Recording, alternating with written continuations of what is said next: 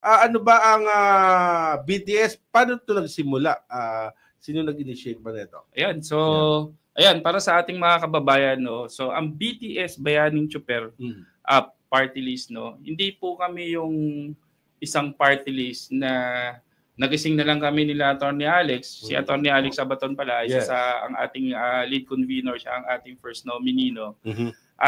Hindi kami nagising lang na magmamayo na next year, election, tayo ng party list, takbo tayo para maging congressman tayo. Way back 2018, merong inumpisahan ni Attorney Alex Abaton yung tinatawag nating Partnership for Enhancement for Road Safety, which is PERS. So, ito yung ating advocacy group for road safety. Okay. Kasi kung hindi po natin na itatanong, Boss Benedict, no, si Attorney Alex talaga is noon pa man, sinusulong niya na yung road safety advocacy dahil galing siya ng naging regional director siya ng LTO for more than 20 years. Talagang nasa sector siya ng transportasyon. Ngayon, alam naman natin, Boss Benedict, at ang ating mga kababayan na kapag NGO ka lang, hindi ka papansinin. Totoo yan. Kahit mag-ingay ka ng mag-ingay sa labas o sa social media, walang papansin sa'yo. Yeah. Kaya naisipan namin, si Jobit Moya, ako at saka si Attorney Alex Abato, na hindi, kailangan natin na itayo ang isang party list para magkaroon tayo ng boses. Kaya in fact, ang tinatanong ng iba, ano ba yung BTS? Parang K-pop naman yan, sabing gano'n. Sumasayaw din ba kayo?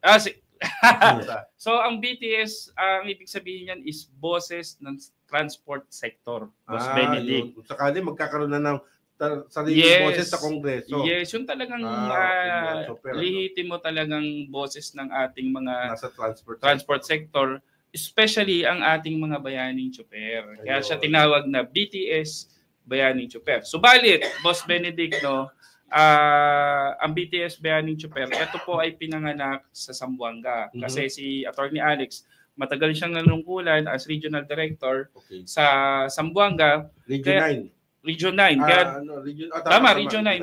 So, kaya doon niya kaya doon nabuo talaga yan. In fact, during the pandemic, nasa LTO pa siya noon, nakapwesto siya bilang regional director.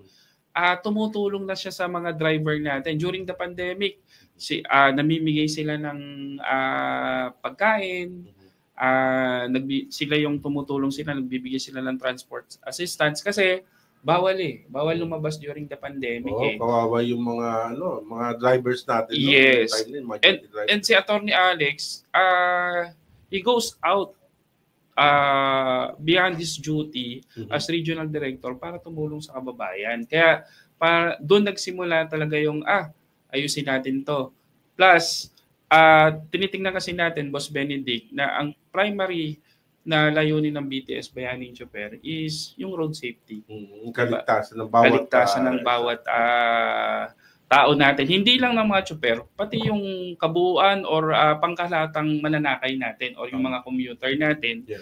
Kasi sinabi ko nga kanina, nag-umpisa siya during the pandemic. Pero kung iisipin natin, Boss Benedict, tayo lahat na apektuhan ng pandemic, di ba? Natakot tayo lahat na nagkaroon tayo ng magkaroon tayo ng COVID. Pero hindi natin alam, before the pandemic, Boss Benedict, meron tinatawag na silent pandemic.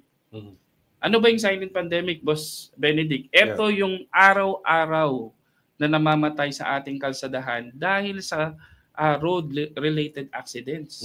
Kung hindi po natatanong mataas masyado ba? Mataas, Boss Benedict. Kasi, biruin mo Boss, ayon sa Philippine Statistics Authority, meron tayong humigit kumulang na almost 12,000 na namamatay kada taon. Kung bibilangin natin yan araw-araw, meron tayong halos 33 na katao na namamatay.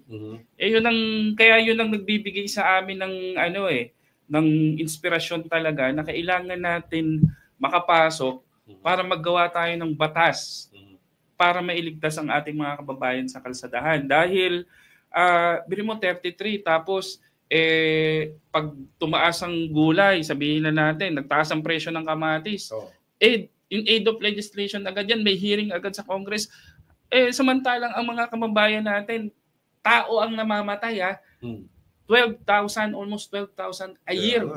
Hindi po marites lang yan, hindi chismis lang yan, totoo po yan, galing po yan sa Philippine Statistics Authority. Na namamatayan na wala man lang bumabanggit, wala naman lang nag-hearing dyan. Kaya nandito po ang BTS Bayaning Chopper, kagaya na sinabi ko, Boss Benedict, para magkaroon po tayo ng, kumbaga, wala pong mangyayari kapag walang magtitimon dyan Walang mangyayari kung walang magtututok para ma-resolve itong programa na to, itong problema na natin na to, ukol sa aksidente sa daan.